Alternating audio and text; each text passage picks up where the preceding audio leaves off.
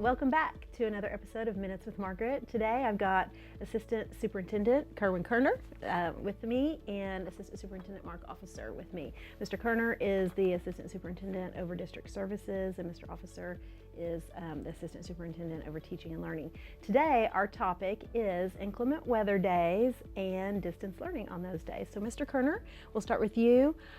Could you please just tell us the process that goes into place as far as decision making to call it an inclement weather day and us not be in the classroom on those days? Yes, certainly we're hopefully aware of those situations that are coming. We're watching the weather forecasts, several days in advance, so we're trying to prepare and have people ready. We try to let everybody know the night before, if possible, before the 10 o'clock news, the night before. If snow is falling that evening or something, hopefully we'll know. Sometimes it doesn't always work that way, and so we'll start driving roads about 4:30 in the morning. There's a small group of us that will take different parts of town and drive the roads and to kind of see how slick things are or how much snow we've had.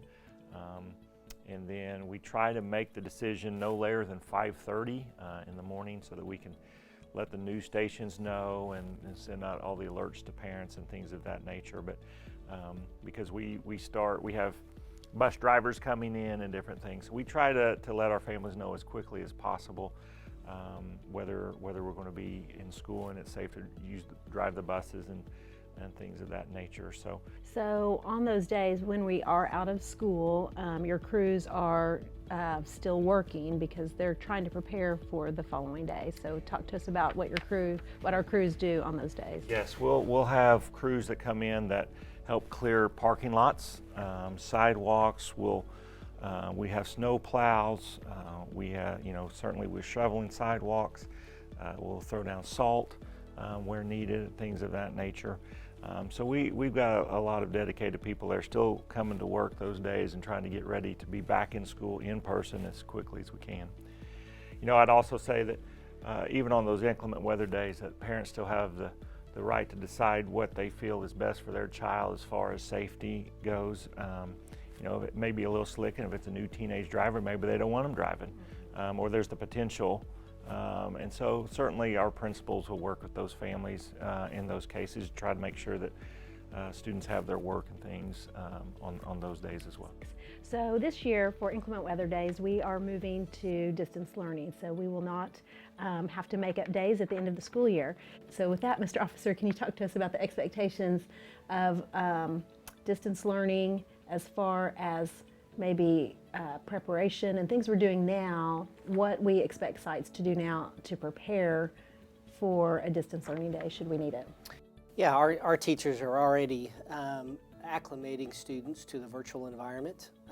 Our K through 12th grade students are using Google Classroom on almost a daily basis. They're using Google Meet and the other Google tools that we might use to turn in assignments or to do assignments. Additionally, our K through 5th grade, our elementary schools are getting a process together whereby they'll collect Chromebooks and chargers and be prepared to send those home if we think there might be an inclement weather day the next day. Since our K through 5 students are not all one-to-one yet, they don't bring devices home. Also important to note that our pre-kindergarten students will not take home Chromebooks. Rather, our pre-K teachers will provide appropriate assignments for them to do at the home that aren't related to virtual devices.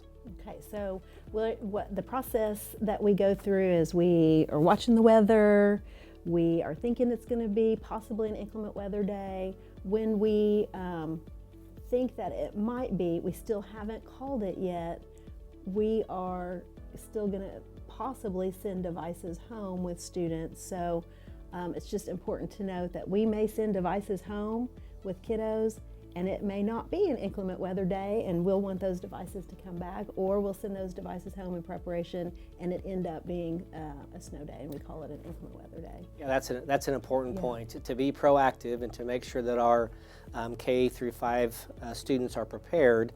We may actually end up sending home devices one day, and then we end up coming back because, as Mr. Koerner said, it's not always a science. Yeah. There's somewhat of an art there in predicting the Yes. weather. So they're following the regular schedule. They're logging in to Google Meets. The requirement is they're on for 20 minutes. Are there any other behavior expectations as far as when students are live on a Google Meet? Yeah, we want students to be to act as if they're in a classroom. You know, behavior is expected the same way. Be respectful of each other. Have your cameras on and prepared to interact with your teacher. Devices need to be muted so we don't get a lot of feedback. But again, we want the same type of behavior that you would have if you were in a classroom. Okay, perfect. And I know that when we call an inclement weather day, we notify parents, and in those notifications, our communications director will make sure that we have a link to our inclement weather distance learning day plan, so parents can access that when they get that information. It's also available on our website and under our parent page. All right, this wraps up another episode of Minutes with Margaret, and appreciate your time today. And if you have questions about inclement weather and our distance learning framework or plan, please feel free to reach out to your child's principal. They would be happy to help you. So thanks for watching this month's episode, and we'll see you again in January.